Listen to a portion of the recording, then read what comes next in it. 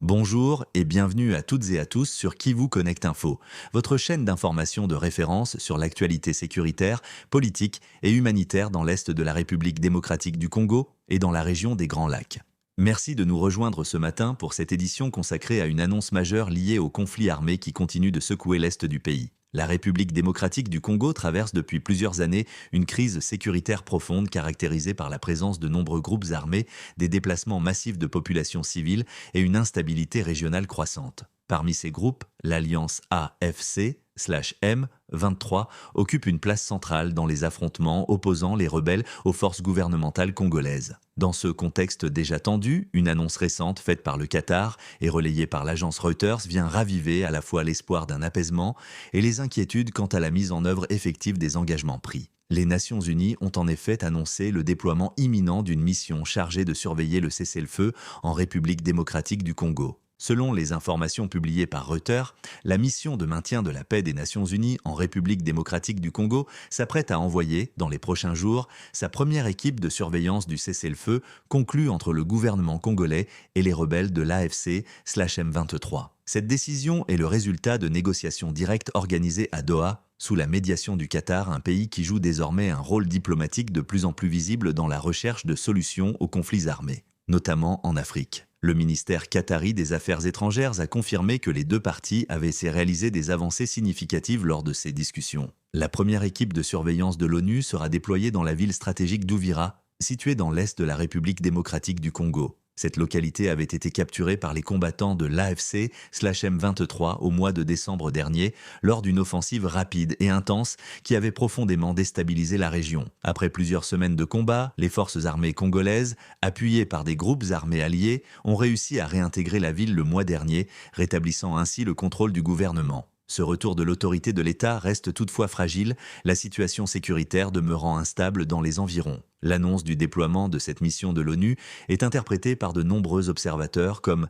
un signe de progrès dans le processus diplomatique engagé à Doha. Toutefois, l'histoire récente de la région incite à la prudence, car plusieurs accords de cessez-le-feu conclus par le passé ont été rapidement violés. Il convient de rappeler que l'année dernière, l'AFC/M23 a réussi à s'emparer de vastes territoires dans l'est de la RDC, atteignant un niveau de contrôle territorial sans précédent. Cette expansion a renforcé la capacité militaire et l'influence politique du mouvement rebelle. En parallèle des discussions menées au Qatar, les États-Unis accueillent des pourparlers distincts entre la République démocratique du Congo et le Rwanda. Les Nations Unies et plusieurs pays occidentaux accusent Kigali de soutenir l'AFC/M23, des accusations que les autorités rwandaises continuent de nier catégoriquement. Le ministère qatari des Affaires étrangères a précisé que les deux parties avaient accepté des termes de référence détaillés définissant le fonctionnement du mécanisme de surveillance du cessez-le-feu, tel que prévu dans l'accord signé au mois d'octobre dernier. Les représentants du gouvernement congolais et ceux de l'AFC/M23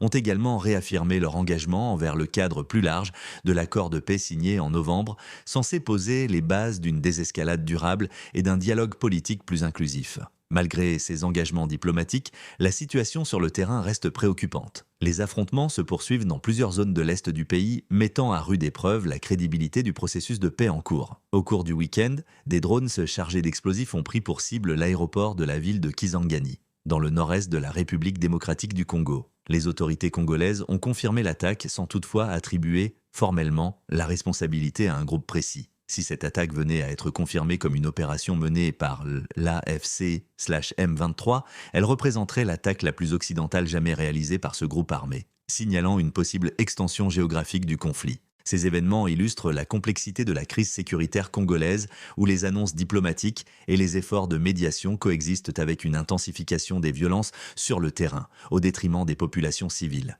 Des milliers de familles continuent de fuir les zones de combat, cherchant refuge dans d'autres provinces ou dans les pays voisins. Les organisations humanitaires, quant à elles, alertent sur une situation humanitaire de plus en plus critique, marquée par un manque d'accès à la nourriture, aux soins de santé et à la protection. La mission de surveillance du cessez-le-feu des Nations Unies devra faire face à de nombreux défis, notamment en matière de sécurité, d'accès aux zones concernées, de vérification des violations et de maintien d'une neutralité crédible dans un environnement extrêmement volatile. Pour de nombreux analystes, cette mission constitue une opportunité fragile mais indispensable pour éviter une nouvelle escalade du conflit et poser les bases d'une stabilisation progressive de la région. En conclusion, le déploiement imminent d'une mission de surveillance du cessez-le-feu par les Nations Unies en République démocratique du Congo marque une étape importante dans les efforts internationaux de paix. Toutefois, cette initiative ne garantit pas à elle seule une stabilité durable tant que les causes profondes du conflit ne seront pas traitées et que les engagements pris ne seront pas respectés sur le terrain. Sur Qui vous connecte info, nous continuerons à suivre de près l'évolution de cette mission,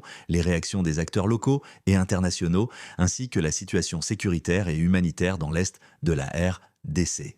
Merci de nous avoir suivis. N'oubliez pas de vous abonner à la chaîne, de partager cette analyse et d'activer la cloche pour rester informé en temps réel. Ensemble, restons connectés à l'actualité qui façonne l'avenir de notre région.